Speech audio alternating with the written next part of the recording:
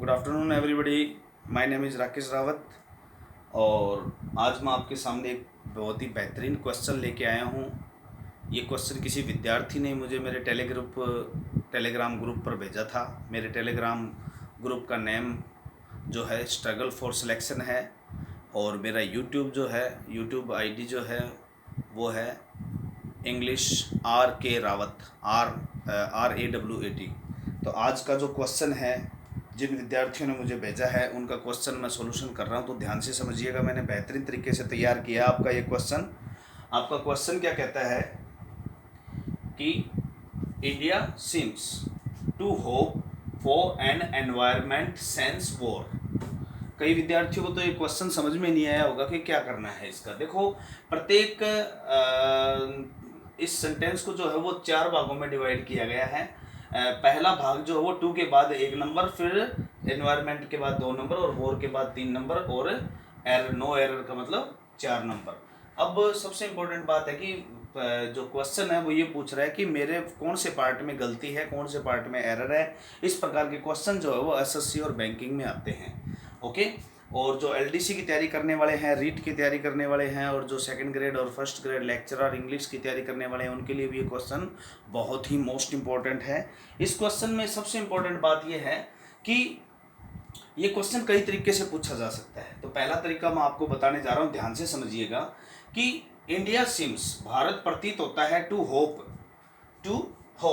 का मतलब होता है आशा करना, कि भारत प्रतीत होता है क्या करता हुआ, आशा करता हुआ प्रतीत होता है। किसके लिए? फॉर का मतलब होता है के लिए, फॉर एन एनवायरमेंट। एनवायरमेंट का मतलब होता है वातावरण, माहौल होता है। सेंस का मतलब होता है बगैर, के बगैर, बिना, शिवाय। सेंस का मतलब होता है। और वॉर का मतलब क्या होता है?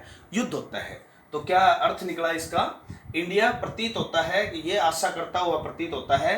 किसके लिए आशा करता हुआ प्रतीत होता है? कि एक युद्ध बगैर वातावरण का की उम्मीद करता हुआ प्रतीत होता है। मैं फिर बोल रहा हूं कि इंडिया जो है वो प्रतीत होता है एक ऐसा वातावरण जो बिना युद्ध के हो, बिना, शिवाय, के बिना। सेंस का मतलब ये अर्थ हो जाएगा, बिना युद्ध के वातावरण के लिए आशा करता हुआ प्रतीत होता है भारत।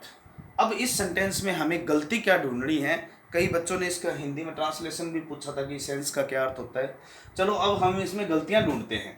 गलतियां ढूंढने से पहले मैं आपको कुछ चीजें बता देता हूँ, कुछ रूल्स बता देता हूँ कि ABCD 4 ऑप्शन है इसमें। ए में क्या है, 1 पहले पार्ट में गलती है, या बी का मतलब दूसरे पार्ट में मिस्टेक है, या तीसरे पार्ट में मिस्टेक है, या चौथे पार्ट में मिस्टेक है।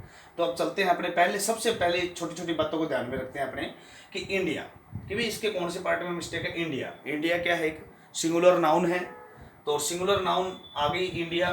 और सिम्स, देखिए सिम्स जब सब्जेक्ट सिंगुलर हो, जब सब्जेक्ट क्या हो, सिंगुलर हो, तो जैसे सब्जेक्ट कौन है? इंडिया सिंगुलर है, तो जब सब्जेक्ट सिंगुलर होता है तो वर्ब के साथ क्या लग जाता है? एस या ES का प्रयोग हो जाता है। कौन से टेंस की बात कर रहा हूँ मैं? प्रेजेंट सिंपल टेंस की बात कर रहा हूँ। तो इसका मतलब इंडिया सिंगुलर है तो वर्ब के साथ एस या ES लग जाता है, तो सीम के साथ एस लग गया। इसका मतलब ये यहाँ पर सीम्स बिल्कुल ओके है। रूल नंबर 2 देखिए।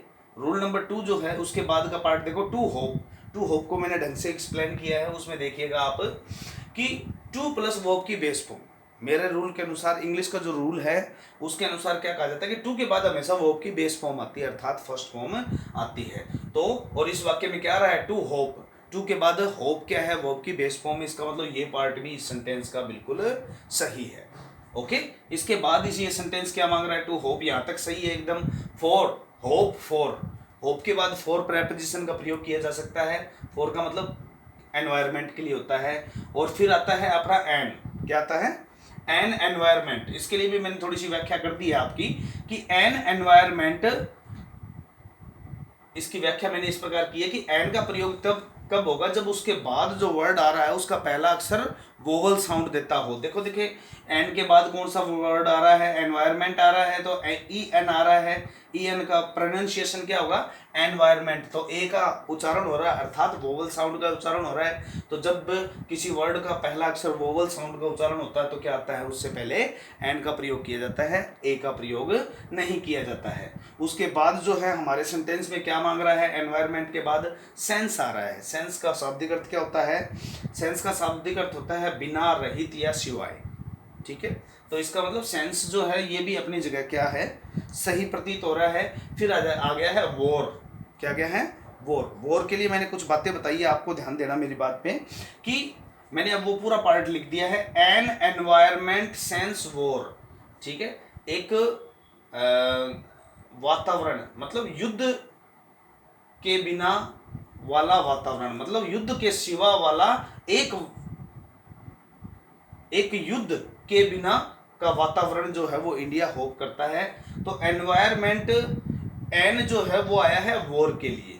ओके, और एन और ये एन की मैन नाउन जो है वो वॉर है, और एन और नाउन दोनों के बीच में जो वर्ड बैठेंगे वो एडजेक्टिव बैठेंगे। क्या बैठेंगे, तो सेंस यहाँ पर एडजेक्टिव का काम कर रहा है, और एनवायरमेंट भी यहाँ पर एडजेक्टिव के रूप में ही आएगा। लेकिन एनवायरमेंट जब किसी स्पेलिंग के अंत में MENT लग जाता है तो वो कभी भी एडजेक्टिव नहीं होता है, वो केवल नाउन होता है। तो मैं बता रहा हूँ आपको, ENVIRONMENT, एनवायरमेंट यहाँ पर नाउन है। हमें एन और वॉर, एन का मैन नाउन जो है वो वॉर है, और एन और नाउन के बीच में जितने भी बैठेंगे वो एडजेक्टिव या एडवर्ब भी बैठेंगे इनके बीच में। लेकिन कोई भी नाउन, ये नाउन के रूप में बैठा है। देखो एनवायरमेंट जो है अब ये अपना नाउन रूप धारण करेगा। एनवायरमेंट के स्थान पर आपको क्या लगाना पड़ेगा, ठीक है, एनवायरमेंटल लगाना पड़ेगा। इसका मतलब इस सेंटेंस के कौन से पार्ट में मिस्टेक है, एनवायरमेंट, वो एनवायरमेंट की जगह में क्या लगाना पड़ेगा, एनवायरमेंटल लगाना पड़ेगा।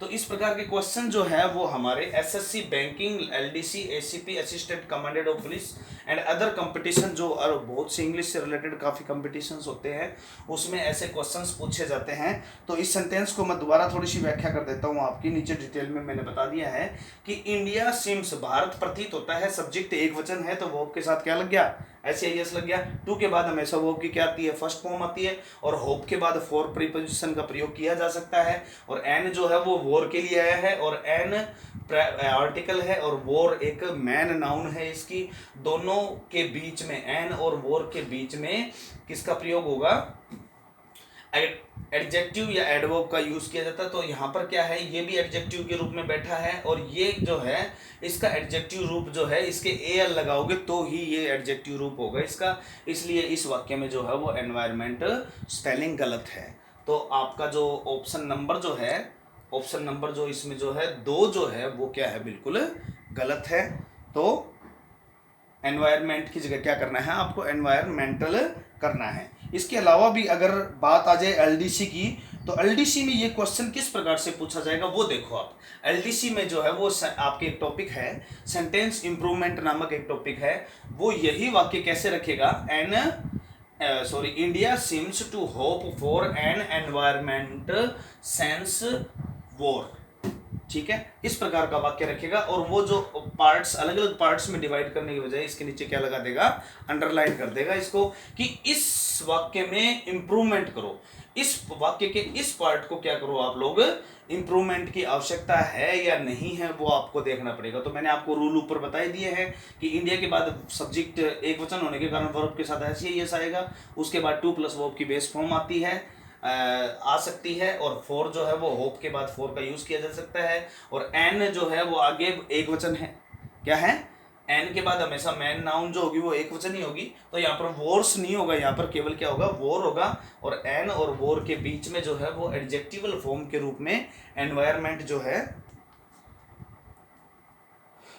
एनवायरमेंट जो है वो क्या हो जाएगा, एनवायरमेंट जो है वो एनवायरमेंटल हो जाएगा। अब देखो कौन सा ऑप्शन अपना सही है, LDC के लिए बता रहा हूं मैं ये रूल आपको। तो LDC में क्या हो जाएगा, देखो एन एनवायरमेंट सेंस वॉर्स, पहला ऑप्शन ये रख दिया। अब एन के बाद तो जो मैन नाउन होती है वो सिंगुलर ही आएगी, तो यहाँ पर ये गलत हो गया, वोर्स की जगह क्या आएगा, वोर आएगा। Option number 2, N environmental sense वोर। एन के बाद क्या आती है हमेशा, मैन नाउन जो होती है, अंतिम अंतिम वर्ड जो होता है वो एन उससे संबंधित होता है, तो एन के बाद सिंगुलर वर्ब आ रही, सिंगुलर नाउन आ रही है। और एनवायरमेंट का एडजेक्टिवल रूप क्या होता है, एनवायरमेंटल हो गया, सेंस का मतलब बगैर या के बजाय जो भी वर्ड्स है वो इसके अंदर आ जाएंगे। तो ये आ गया। देखो अगला देखो, एन ई एन, एन इसका प्रोनाउंसिएशन ए से आ रहा है, तो ए जब किसी वर्ड का प्रोनाउंसिएशन वोवल साउंड हो तो आपको उससे पहले एन लगाना पड़ता है, तो ये ऑप्शन भी गलत हो गया हमारा। और लास्ट ऑप्शन क्या है, नो नीड फॉर इम्प्रूवमेंट। इस वाक्य में कोई इम्प्रूवमेंट की जरूरत नहीं है, तो इम्प्रूवमेंट की जरूरत है, क्योंकि एनवायरमेंट की जगह क्या लगेगा, एनवायरमेंटल लगेगा। ये एलडीसी में बहुत ही मोस्ट इंपॉर्टेंट है। और दिल्ली का जो DSSB का जो पेपर होता है, CTET के पेपर होते हैं, उनके लिए ये सेंटेंस, इस प्रकार के वाक्य जो है बहुत ही मोस्ट इंपॉर्टेंट है। तो आज का टॉपिक आपको कैसा लगा मेरे को बताइएगा, चैट करके ज़रूर। यूट्यूब मेरे चैनल पर हर चीज़ को जो है आपको बेहतरीन तरीके से समझाया जाएगा। आपको कोई भी क्वेश्चन समझ में नहीं आता है तो मेरे टेलीग्राम ग्रुप पर जाओ और उस पर उस क्वेश्चन की स्क्रीनशॉट मुझे ज़रूर भेज देना, और नीचे आपको क्या प्रॉब्लम है वो ज़रूर आप बताओगे। ओके, और ज़रूर जितने हो सके उतने ज़्यादा से ज़्यादा लोगों को जोड़ो, और जो इंग्लिश सीखना चाहते हैं या जो कम्पिटिटिव एग्ज़ाम में हैं। ओके, धन्यवाद।